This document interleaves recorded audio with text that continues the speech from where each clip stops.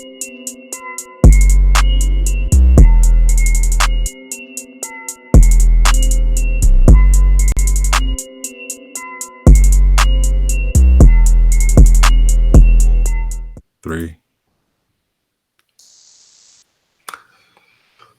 What's going on, everybody? This is Mike Bennett and Mike Baker coming at you with another episode of the Weekly Tech Wrap-Up. I'm pretty excited for the things we're going to be talking about today. And today, the three topics we're going to be going over is three things I found that was really important. A lot of things maybe surrounding some politics is going on right now. But the first topic we're going to discuss is titled Sacha Baron Cohen, a.k.a. Borat, launches a scathing attack on Facebook, Twitter, YouTube, and Google. Second thing we're going to be covering, the topic is nothing is off the table for Facebook as Google and Twitter crack down on political ads. And the third and final topic we're going to be covering, the title of it is People Don't Know What's True and What's Not. Obama worries that tech has led society astray. So we want to jump right in and dive in. Well, Mike, did you have anything to say before we, jump into the first topic? No. I mean, really, I want to know more about this whole Sacha Baron Cohen thing. This sounds like an interesting topic. Right, man. This actually, before we, get into discussing all of like the details of it, you know how we do on the Weekly Tech Wrap Up, man. It's a combination of some solid criticism and, we talk shit, but I guess in somewhat of an intellectual way, and give some firm criticism of what's going on in the tech industry and what's going on with certain individuals in the tech industry. But what I like about this, first and foremost, is going over everything with Borat, aka Sacha Baron Cohen, aka Ali G, is that I've actually I thought he makes great like content, makes movies and stuff like that. But I've never known him to be one who would be so in what's the word I'm looking for? I can't even speak. I'm actually reading at the same time. Political, but then like insightful on like stuff surrounding these things. And then at the same time, you think with comedians, like they tend to have a unique perspective on things. And with Jim Carrey, he's definitely on a different level of intellectualism now. But I wanted to take existentialism. Yeah, there you go. I mean, worry about our existence and who we are as a people and our being and what means more to us, like beyond just the materialism of things. Yeah. Jim Carrey is on that. I can see Sacha Baron Cohen being on that because those movies, even though they're hilarious, those movies speak a lot up to like the understanding of society and stereotypes. Like there's an underlining, like that's why they are so influential and why he only had to do so few of them, because there's meaning behind those characters that he portrays beyond the hilarity of it. Yeah, definitely. I would say that it just, what was cool about my favorite one, of course, is I think everyone's, in my opinion, is Borat. And what was funny about it, man, is the fact that it had a satirical feeling to, exposing a lot of things that and magnifying a lot of things that we typically people go through and what they think about within like American culture. You know what I'm saying? Like how he set up everything from being this reporter that's coming from the small country, and then having this, Kazakhstan. But then it was funny. So I get what you're saying, definitely, Mike. That as far as typically when people are able to make comedy like that, they do have a unique perspective on how just a lot of things, whether it be society or just like you said, existentialism, like things of that nature. But it's especially comedians, like comedians themselves. Like, I mean, that's why what did Dave Chappelle just won that Mark Twain Award because they have like a sense of like it's like sarcasm or what do you want to call it, like they're cynical about certain things, and they tend to look at life in a certain way, and they have to be able to present their observations and try to do them in a funny way, but also like a way that, I mean, most of the time it's funny because it's kind of true. Yeah. Like some of the hilarity of it comes from the fact of like how ironic life is, and then seeing how you just have to laugh at some of the things that it is. But I mean, even with this article, like he's basically like talking about the issues of these organizations like programming us. Like they essentially do have these systems in place and designed, like Google, Facebook, Twitter, all of them. I mean, back when they first started, you know, they had the news feed, they had the profiles, but they did not actually design them with algorithms in mind that were like feeding you what you desired. That didn't come to like a little bit later. Initially, it was just, let's find a way to organize it so that everybody has a place to put stuff on there, on the feed in one place, to make it like a stream. It was what they called a news stream, essentially. And like everybody essentially threw their fish food in, and you know, fish caught the food and shit. You know, to the bait, yeah. So like that's how it originally was, but then they started catering the bait. I mean, they started organizing the bait and saying like, let's see what they already like initially, and let's give them more of that. Let's see what they read, and let's give them more of that, all the way to the point now where, I mean, like Facebook and Google in particular, they all have these trackers and they all have these cookies on their sites that they put on browsers that like follow you wherever you go, essentially. So like anytime you see a icon of Facebook or icon of Google on like a news page, like I'm on the Independent right now, and I look and see there's a Google link and a Facebook icon on there, more than likely those are coming from Facebook and Google, and they come along with trackers so that they can see what you were reading. Exactly. Because you were still signed in. Because you're still signed on another tab, you still signed into Facebook and Google. So you're technically still signed in, so they can follow and see what you're reading. I feel that based on the article, man, I'm gonna take a different position, because I feel like when we go into controversial things like this, we kind of jump into like the heavy conspiracy stuff. But I feel like, you know, these guys that made these tech companies, I don't think they came into it in mind that like this is going to like control people's lives one day and basically, you know, become what it is as far as you know, people basically creating their own communities, maybe for sinister things online. But I think that when Facebook first started, like you said, when they started the newsfeed thing, it came with, I guess, you know, they thought about, and this is just my assumption, you know, people, you know, they realized that there was a pattern, right? Like, okay, certain people like these things, so let's organize in a way where if this is the things that they like, you know, we'll show more of it to them. But it's like it kind of sometimes I can't remember the name of the guy or the interview per se, but he was talking about how with Facebook it's become this thing where it's almost like sociopathic, where it disregards like a sense of morality, what it has become, and just focuses on like basically what's the return on the investment, the return on like the campaign that they're launching to you know, create these different systems. So I think that, and I think that's pretty much what Sasha. A lot of it is marketing, because you know, the developers. I mean, it's the people. So like the developers, you know, they don't necessarily have a malicious ideology about it when they're building this stuff. They want to kind of build it just to make it what it is. It's a resource to connect people, and then they have to find a way to monetize things.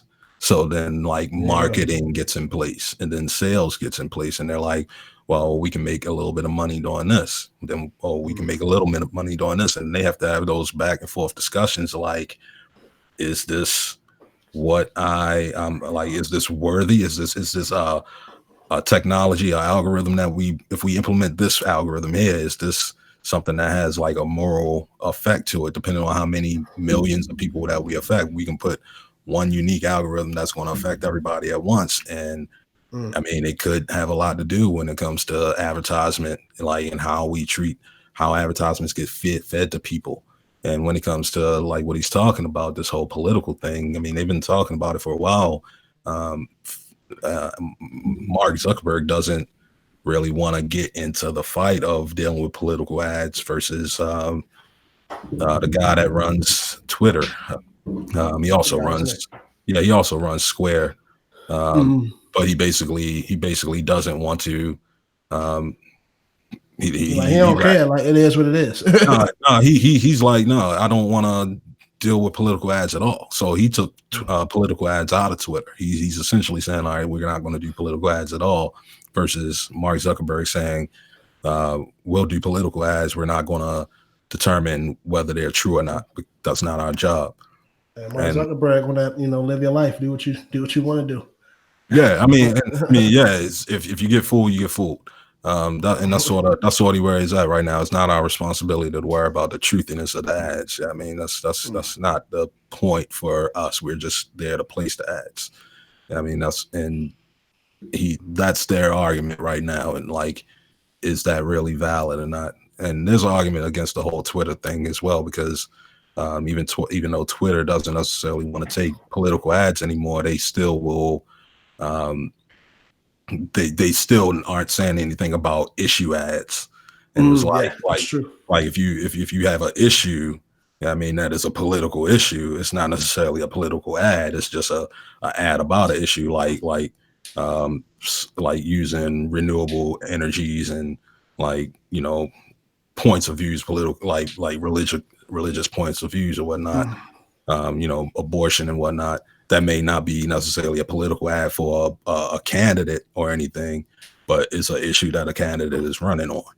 Yeah, it's almost like direct mark. If you're able to find a way to in a non-intrusive way, like inject the same message, then it's like it's still there. It's just I get it. It's almost like, for instance, prostitution is illegal, but it's kind of going a little bit extreme, but I mean, isn't that to some level it still goes on? You know what I mean? People still find a way around it. Yeah, we don't necessarily call it that, but there's an exchange of goods and services. You feel me? So yeah, true. I mean, we gonna say we blocking political ads, but it's like, you can still talk whatever you want to. Yeah, there's too many memes about $40 to say that's not even still happening for real. Right. I mean, what do you think? Actually, that kind of does go into this next article, though. I didn't even really see that. I mean, they're talking about political ads in this next article when they're saying nothing is off the table for Facebook as Google and Twitter crack down on political ads. That's essentially what that next article is. By Alan. What's his name? Alan Kantrowitz. I can't say that name. Whatever. Yeah, Kantrowitz. Alex Kantrowitz on BuzzFeed News. Yeah, I mean, he's basically reiterating that, I guess Google is also taking that stance as Facebook is, where, I mean, as Twitter is, where they're not going to deal with political ads per se. They're just going to if it's straight up say that it's a political ad, they're not going to get involved. If it's from a politician, then they're not allowing that anymore. They're blocking it. Yeah, but I mean, ideally, if it's still like how they have even with government, they have those super PACs. Right. They're not necessarily the candidate, but it's an organization that believes in this candidate. So it's stuff. They may be secretly directed by this in their people. Yeah, and then that's the same thing. Like with these ads, they're like, all right, well, you don't do political ads anymore, but you do issue ads. I mean, so you still talk about policy. Yeah, I mean, they're talking about policy. I mean, so like, where you really crossing the line at? I mean, but Facebook is just like, you know what, fuck it, we'll accept the political ads as well, because it's just gonna make it hard for y'all to try to do what y'all going to try to do anyway. Y'all gonna try to sell us. Y'all gonna try to sell us a dream anyway. And even if we do say no more political ads, y'all just gonna turn around and call this something else. Y'all gonna make y'all make a band to come and form music and just push your content out through music. Next thing you know, you got a R&B band that's talking about how good like global cryptocurrency is and being more economic efficient.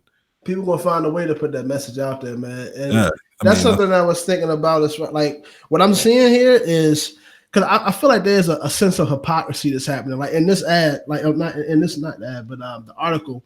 Right, when they're saying that Google and Twitter is cracking down on political ads, but they're not going to crack down on issues that per se don't directly speak to policy, but they may be like something dealing with religion or like more social problems, right? And it start to draw the line between like it makes me question like, are they really doing this for the sake of trying to make the platforms better, or is it just to save face? Yeah, I mean, part of it is just pushback from other organizations for real. Like, I mean, a lot of it has to do with like news organizations just telling the politicians that they gotta crack down on these social networks. They got to crack down on these large tech corporations, and that's their answer on cracking down on them. So like they're running around doing what they can do it, and Facebook and Google and all these other companies just sort of they have to also do their due diligence and show like they're going to do something, or else they're going to get fined and billed and like yeah. I mean, a lot of it is definitely a show. A lot of it is definitely a show, but like there's like the independent, like the people do. There are the people of the nations. I ain't gonna just say America. There are people that are not like actually involved in government, not actually involved in private corporations that are just citizens or organizations that have grouped up and just been like, all right, we're gonna do our due diligence to check both of these motherfuckers, to check both the government and to check both the corporations to make sure that they both are true in what they're saying. Like, you know, the people do have to like get up and do some things. Like we can't just let like like I mean, like I be seeing, I ain't gonna say nothing bad about my dad, but like seeing like, you know, home shopping network commercials and believing it. But like people do see commercials Yeah. and like they fall for the commercial. Like the commercial told them a thing and they believe the thing because the commercial told them. Sham wow, man. And it's like and it's like, why would I not believe that? And that's how, I mean, and he doesn't even get on social media, and that's just how people are that are like just, you know, oblivious to, you know, what is reality. Somebody's trying to sell you something, they'll tell you anything. I mean, they trying to sell you a message. You ain't got to buy it, you just got to believe it. Yeah, I mean, that's what you get you, once they get your buy-in, meaning that you follow their message, then you know. Yeah, it's just ding ding from there. I mean, I think again, like that's just the whole thing with the. I really think at the end of the day, like it's all bullshit to me. As far as these guys saying that they stopping that this person is going to stop political ads, and they're not. It's just like these same corporations, these same tech companies, there's certain, I know on YouTube there are certain words that the YouTube algorithm picks up that once they however they detect the word, whether it be like in like a hashtag or something like that, or in a description or said in the video, they'll not only demonetize that video, but it'll be blacklisted as well. You see what I'm saying? Yeah. But for a time period, and I don't know if it's still like that, but they was allowing people to put up videos showing like other human beings getting gunned down. You see what I'm saying? Yeah. Like it's like, so what? And it makes me think like, what are we really concerned about here? Like, we're not going to put a ban on that. And it just brings up the whole idea of like, it feels like these tech companies don't want to dive too much into like censorship, like censoring everything, because if you start censoring everything, it almost feels like that that power for us to be able to say what we feel, is starting to be taken away. Yeah, they try to find that fine line where they're not like taking sides, where they can say that they're just a platform for being able to give out a message. They're not responsible for the message that's being sent out. And that's kind of that's where they kind of straddle. And that's been one of the biggest issues, because as they are like global organizations, and global organizations haven't really been around for that long, like it's still relatively a new thing to be a global corporation. I mean, for any entity, for like any company. So like to have that and have all these different points of views back in the 50s and 60s, when it was that one-minded view and everybody was basically, the opposite, but similar version of Nazism.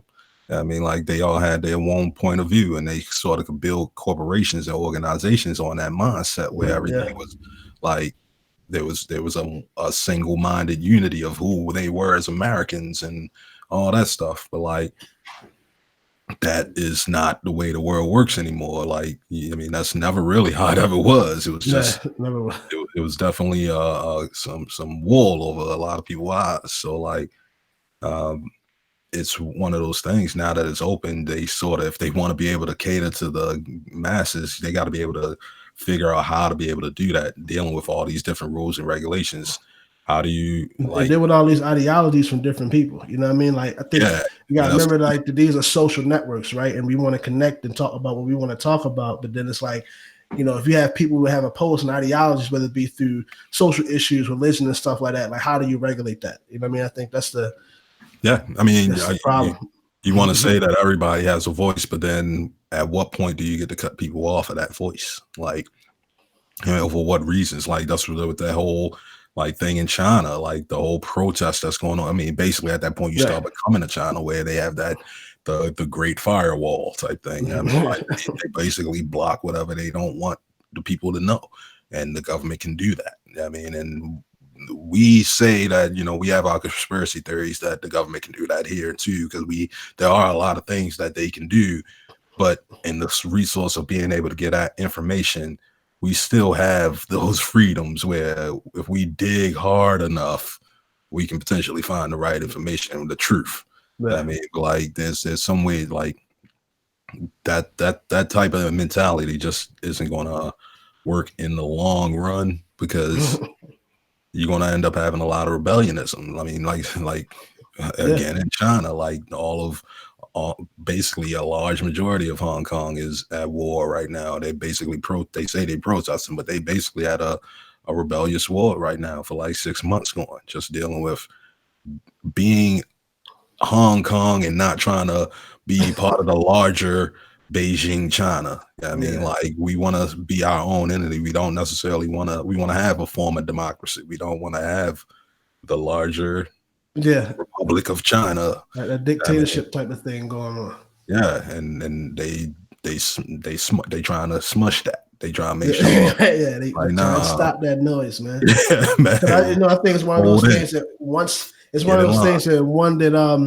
once they see like one rebellion that's like incited and it's not being regulated, these other like smaller, like minute groups, they'll come up with like, you know how it is, like some person like rebel and then another person like, yeah, you know what, I feel that way too. And then you have all these smaller like entities that start to rebel, and then what do you know? You have almost like a whole country like turning against itself, like being, you know, it's like imploding. So it's like one of those things of how do I guess that with the government, even like the tech companies, they're trying to figure out how do you, if there is a sense of morality there, it's like how do you like manage the message that goes out without violating human rights of being able to say what you want to say. Yeah, I mean that's the difficult part, like how being able to get that message out, and then how, on what platform, what medium are you getting it out on? Like, it's no longer like the 80s when like your best resource to getting it out was a newspaper or running around with hella flyers. Like, you can still try to run around with flyers, but I mean your best resource is trying to push it on a social network or something, like forming a group, creating them like Instagram pages. You got a political point of view, you got some message to say, you got a better chance of getting it out there on some of these social medias, on these networks, on the internet than you do in written IRL, in real on life. your block. On your block. You literally, it might be hard for you to get a message out like that. Like, it may be difficult. I mean, but you might find that you're not alone on your block, because relative, like, you might find somebody that may be right up the street from you. You just don't know, because they dealing with the same issues type thing. Right. Like, they not able to get the message out that they want to. They can't find you. Don't cross paths. But you can find community online, and that's the thing. That's sort of what made the second world, essentially. It's like a second community that you wouldn't otherwise find in the real world. That's crazy. You put it like that. That makes me bring like this, and going into the third article, actually like goes like into the third article where it says Obama feeling some type of way that like tech has pretty much corrupted society. Like, you know, they call this generation that's being born now, it's coming up in the 2010s and up. I think they call it the glass generation, where pretty much they're going to be like GLASS. Yeah, the glass, meaning and I get, so they call it that. Through.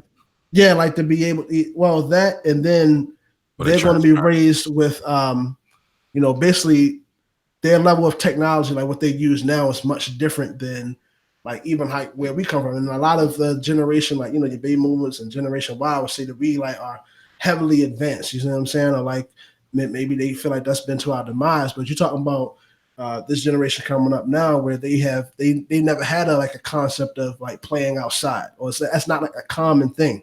You feel what I'm saying? Everybody's being raised with tablets now. Even like, you know, I think we talked about it before. It's like a thing now in school for you to do work on, you know, some type of some type of laptop, some type of device. You feel me? Whereas though with us, you know, we had at a certain time the Oregon Trail. Or whatever, you know what I mean? That was our level of tech, you know what I mean? 16-bit video games. A lot of people only got in touch with a computer at Computer Lab. Yeah, right. Your best bet was like if you happen to have your best technology at home was a telephone and a television. Yeah, that's it. I mean, now people don't even care if they got a television. Just as long as I had a phone, I'm all right. Right. That's it. Everything is in everything is in your. And I'm like, you know, I feel that that's what technology is. It's a double-edged sword, and I think that's what Obama is trying to point out when he talks about in this article, is that the reason why it's led. So it's a double-edged sword, right? And you know, technology can be used for, and it has been used for many great things. You know what I mean? To progress our society in like a certain way. You know, but I think that when you leave human beings to their own vices, again, with opposing ideologies and people being able to stand on what they believe in, there's a lot of people who resort to, I call like lower level thinking, like low energy vibration, where they do malicious things and they are able to speed their process or refine, you know, that debauchery they're in, or all of this negativity they're in with technology. You know what I mean? It's almost like it goes over the two articles we talked about before, like how politicians, we know there's a history of politicians not being completely upright. You know what I mean? Yeah. But be it that they have a tool like, you know, Facebook, where they can create an ad campaign, you know, propagating their message that's only catered to a certain audience, and you know, with good copy, you know, good marketing, they can almost make it seem true. But it's like that starts to corrupt, you know, society. You know. I kind of remember hearing some of this, or hearing about him talking about some of this a couple of days ago. I didn't get a chance to go over this, but what I do remember from what he was saying was like just the ability that there's so much information out there that people aren't ever really trained on this type of world where they're able to get so much information, and like it's no real way to actually verify a lot of this stuff. And it's kind of one of those things like, because it's on this device, it got to be true. Because I saw it on Facebook. Facebook got all these billions of dollars. I mean, all of these companies got all these billions of dollars. I spent my money on an iPhone. I got Facebook. I got the thing. Yeah, I mean, like, how can this thing be lying to me? I mean, like, for the most part, like a majority of people aren't trained on critical thinking, like and even if they're trained on critical thinking, having enough information to be able to form some type of correct opinion. It's one of those things where it's just the only way that it happens is by feeding people more information, and like that's just not necessarily the world that we actually are given. Like right now, it's a lot of people that are relying on their loins. Yeah, I mean, like relying on my loins. I mean, like wherever my balls tell me to go, that's what I'm gonna do. I mean, like that's how I've been able to survive. And since I've been able to survive for so long, this must be correct. I'm sticking with it. I'm sticking with it. I mean, that goes from every topic that I've come across. And I mean, like, he's talking about homophobia, he's talking about sexism, he's talking about racism. Like, even with all of these topics, that kind of goes with a lot of those things. Like, a lot of people are just, I mean, they just, it's out of ignorance off of just not having enough information and still needing to survive. Yeah, I mean, because after a certain point, I mean, like you say, after high school, if you're fortunate enough to grow up in a country that has public school education, you at least get high school. Yeah, I mean, but then like after that, you got to do what you got to do. Yeah, I mean, and if you fortunate enough to get some more education beyond that, and to slow down and to not have too many issues go on, yeah, I mean, you're able to like pay attention to things at a slower rate, and like you're able to settle and understand what's going on around you. But if not, you just gotta be on the move. You just gotta be on the move. I gotta do my thing. I gotta get this. I gotta get that. But then you throw in this crazy technology called the internet to that mind state of like, yo, I got to keep on the move, but then I got this super machine that can tell me anything I need to know. I don't have the time to fact check it. I got it, and I know 99% of the time people tell me it got the truth on it. Yeah, I mean, so it got the truth. Yeah, I mean, so I'm gonna get the truth from it. Yeah, I mean, and whatever this thing sells me, I ain't got the time to fact check it. I gotta go and do the truth, man. I gotta go and do my due. I don't have time to go through these things, and there's a lot of people that just ain't got the time for that type of mentality. Like it has to be like a different way of like community growing up. Like you got to train people differently from the ground up type thing. And like that doesn't happen. So like you got 2 billion iPhones out. I mean, 2 billion Android devices out there. You got like 1.5 billion iPhones out there. And like all these people that are just getting information. 1.5 billion people on Facebook getting all types of information. 300 million people on fucking Twitter getting information. I mean, like, so ludicrous. But and it's like it's things like I feel that you feeding them whatever type of like, and if you had that power, if you had that understanding to be able to feed people information. I mean, how you get, understanding how people absorb information and be able to push that stuff to them.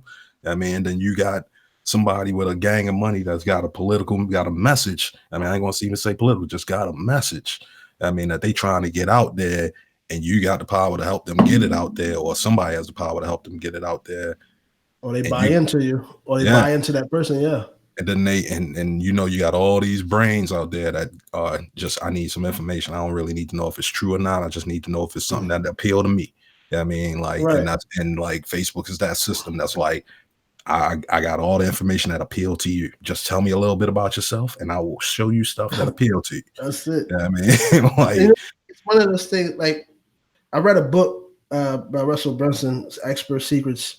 Pretty good book, and he was talking about in there. I forgot where he got the quote from. He said that everyone secretly wants to be led, right? And that's I think gives into this idea of why people just get information and go with it, is because it takes like that a different level of critical thinking, and I guess even an ability to lead yourself to like really go in and fact check and decide between what's truth and what's not. It's much more easier just to receive this information and go with it rather than kind of, kick against the bricks, go against the grain in order to, make sure that the information you're taking in is valid. And when you live in, you add that on top of a microwave society where most people are just used to getting it now. You feel what I'm saying? Like even back in, taking it a little bit left, but, like with porn, what I mean? Back in the day, it wasn't like that was easily accessible, you know what I mean? Or like, you had to stay up late night, you know what I'm saying? And, you had a better chance to just find us drawing some titties.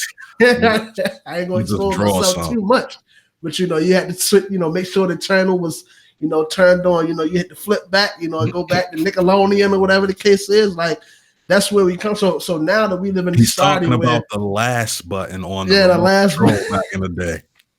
Trying to use as much code as possible. I think they still got it, but there used to be a last channel button. My mom could be watching this back, whatever it is, right? But now you got all of all that. They call it the Hell Box Office. All of them. Taxi Cab Confessions. Rich Diaries. Real Sex 13. Oh my goodness. All of that. What was it? Pimps and see that. Let me see. Look. Now that you know what I mean. But see, now that that stuff is not even. It's not even hard to sense that. Like my now it's my little nephews. Topic that you can Google. Like that's the number one thing that's on the internet. Like they don't ever talk about how much money big porn is making. Right. They're making all types of dough. Yeah, they making all types of ad money. And they don't never talk like all the new tech 3D. They wanted 3D, those 360 videos. They came out on porn before they came out on YouTube. Yeah, exactly. Like, let's just check and see what porn look like in 3D.